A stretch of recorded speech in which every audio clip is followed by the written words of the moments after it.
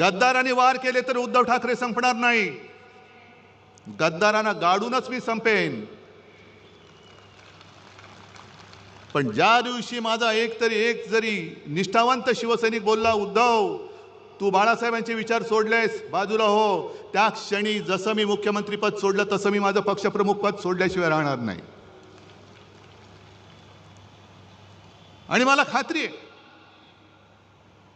की ज्या पद्धतीने संपूर्ण महाराष्ट्र मला त्यांच्या परिवारातला एक सदस्य मानतो, मला त्यांचा कुटुंब प्रमुख मानतो, तो माझा महाराष्ट्र, तो माझा मुंबईकर एवढा निष्ठुरपणे, एवढा निर्दयतेने माझ्याशी आणि जीवाला जीव देणाऱ्या शिवसेनेशी वागू शकत नाही।